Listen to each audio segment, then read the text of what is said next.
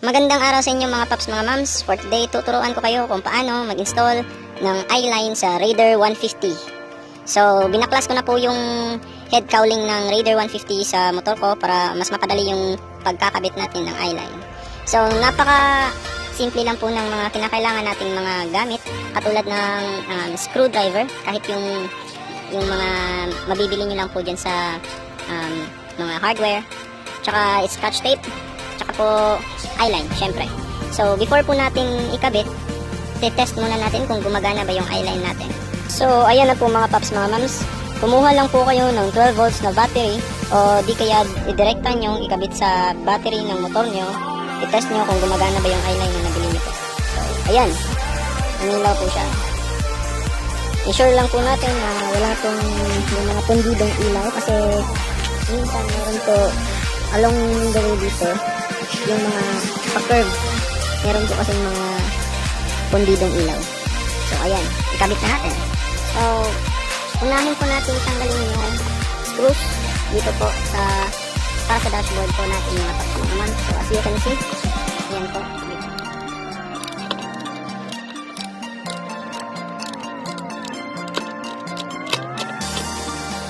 So, ingatan lang po natin na huwag mawala po itong mga screws kasi napaka-importante po nito. So, dyan, itabi nyo lang po. Then, sa kabila rin po, meron din pong screws dito.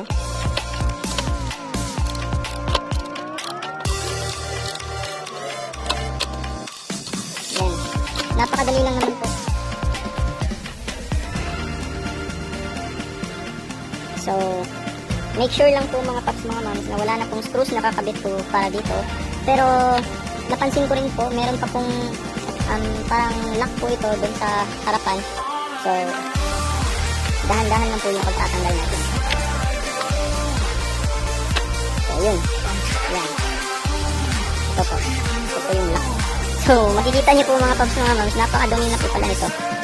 Yan. Hindi kasi nalilinisan masyado dito na part kasi sa labas lang po ng cowling nalilinisan natin. So, itabi po natin ito mga paps. Ayaw po natin doon. Tsaka tanggalin din po natin itong mga screws po na nakakabit sa lens.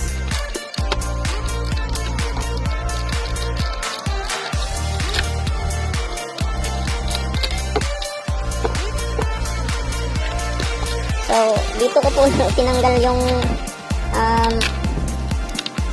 mga screws kasi umuulan po sa labas.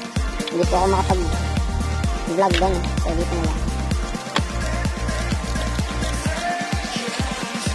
Ayan po. As you can see mga paps, mga moms, meron na lang po isang bolt na natitira o screw. Ayan. So, siguraduhin lang po natin na dahan-dahan lang po yung pagkakatanggal natin sa mga screw. So, yan. Saka, as you can see mga paps, mga moms, ito pong lens natin is nakakabit pa rin po dito. Cowling natin. So, dahan-dahan po natin siyang i-push. Yan po. Yan. Isa rin po ito sa lock. So,